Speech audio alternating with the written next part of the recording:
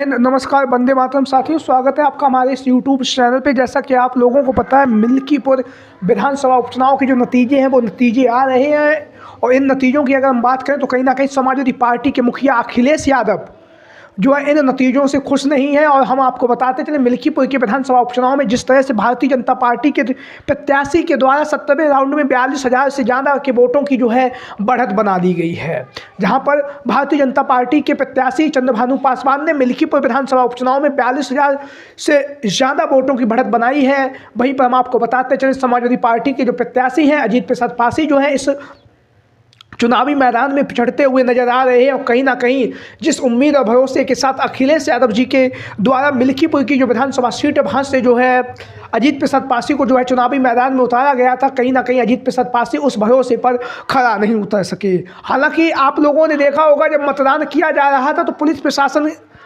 पर जो है लगातार भारतीय जनता पार्टी के प्रत्याशियों के पक्ष में मतदान डलाने के लिए और ज़्यादा से ज़्यादा वोट डलाने के लिए फर्जी वोट डलाने के जो आरोप है वो लगातार अखिलेश यादव और समाजवादी पार्टी ने लगाए। वहीं पर अब जब मतगणना का समय है और मतगणना के समय में जो है नतीजे हैं वो भारतीय जनता पार्टी के पक्ष में जा रहे हैं और भारतीय जनता पार्टी के जो प्रत्याशी हैं चंद्रभानु पासवान जो है 45,000 के लगभग वोट उन्होंने प्राप्त कर लिए हैं, या यूँ कहें उन्होंने 45,000 वोटों की जो है बढ़त बना ली है। इसी बीच में सपा मुखिया अखिलेश यादव जी के द्वारा भारतीय जनता पार्टी पर तंज कसा गया है और तंज कसते हुए अखिलेश यादव जी के द्वारा 1 घंटे पहले जो है सोशल मीडिया पर एक जानकारी साझा की गई है, जहां पर अखिलेश यादव जी ने जो लिखा है वो आप लोग भी अपनी स्क्रीन पर देख रहे हैं। पीडीए की बढ़ती शक्ति का सामना भाजपा वोट के बल पर नहीं कर सकती है, इसलिए वो चुनौती तंत्र का दुरुपयोग करके जीतने की कोशिश करती है। ऐसी चुनावी धांधली करने के लिए जिस स्तर पर अधिकारियों की हेराफेरी करनी होती है वो एक विधानसभा में तो भले ही किसी तरह संभव है, लेकिन 403 विधानसभाओं में ये 420 ही नहीं चलेगी।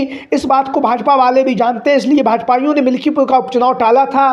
पीडीए मतलब 90% जनता ने खुद अपनी आंखों से ये धांधली देखी है। ये झूठी जीत है जिसका जश्न भाजपाई कभी भी आईने में अपनी आंखें में आंखें डालकर नहीं मना पाएंगे। उनका अपराध बोध और भविष्य में हार का डर उनकी नींद उड़ा देगा। जिन अधिकारियों ने चुनावी घपलेबाजी का अपराध किया है वो आज नहीं तो कल नहीं तो परसों अपने लोकतांत्रिक अपराध की सजा पाएंगे। एक एक करके सबका सच सामने आएगा। न कुदरत उन्हें बख्शेगी न कानून बख्शेगा, भाजपाई उनका इस्तेमाल करके छोड़ देंगे, उनकी ढाल नहीं बनेंगे। जब उनकी नौकरी और पेंशन जाएगी तो वो अपने बच्चों, परिवार और समाज के बीच अपमान की जिंदगी की सजा अकेले भुगतेंगे। लोकसभा चुनाव में अयोध्या में हुई पीडीए की सच्ची जीत उनके मिल्कीपुर के विधानसभा की झूठी जीत पर कई गुना भारी है और हमेशा रहेगी। तो अखिलेश यादव जी के द्वारा भारतीय जनता पार्टी पर तंज कसा गया है। और वहीं पर अगर हम बात करें, भारतीय जनता पार्टी पर आरोप भी लगाया गया है, क्योंकि जिस धांधली के जो आरोप है विधानसभा उपचुनाव में लगे, लोकसभा के चुनाव में आप लोगों ने देखा होगा। वहीं पर बात करें अखिलेश यादव जी के द्वारा विधानसभा चुनाव 2027 के लिए भी जो है ज़मीन तैयार कर ली गई है। अखिलेश यादव ने कहा कि एक सीट पर तो आप धांधली कर सकते हैं, एक सीट पर अपने मनपसंद अपने जो सहयोगी साथी हैं उन्हें अधिकारी बना सकते हैं, लेकिन जब 403 विधानसभा सीटों पर जब विधानसभा चुनाव 2027 होगा तब आप यह जो काम है वो नहीं कर पाएंगे और निश्चित तौर से उस समय जो है भारतीय जनता पार्टी जो है चुनावी मैदान में हार जाएगी।